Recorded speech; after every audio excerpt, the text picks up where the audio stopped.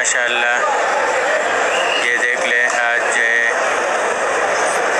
उस्तादुल उलमा हज़रत मौलाना डॉक्टर अब्दुल रज़ाक सिकंदर साहब के जनाजे में ये लोग शरीक हैं।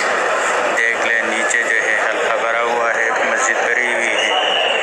ऊपर देख लें, हर जगह में आपको सर ही सर नज़र आ रहे हैं।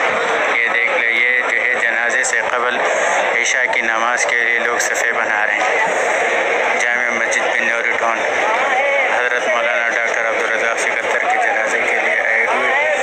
नीचे एक पाँव रखने की जगह भी नहीं है, लोग देखो खड़े हुए हैं।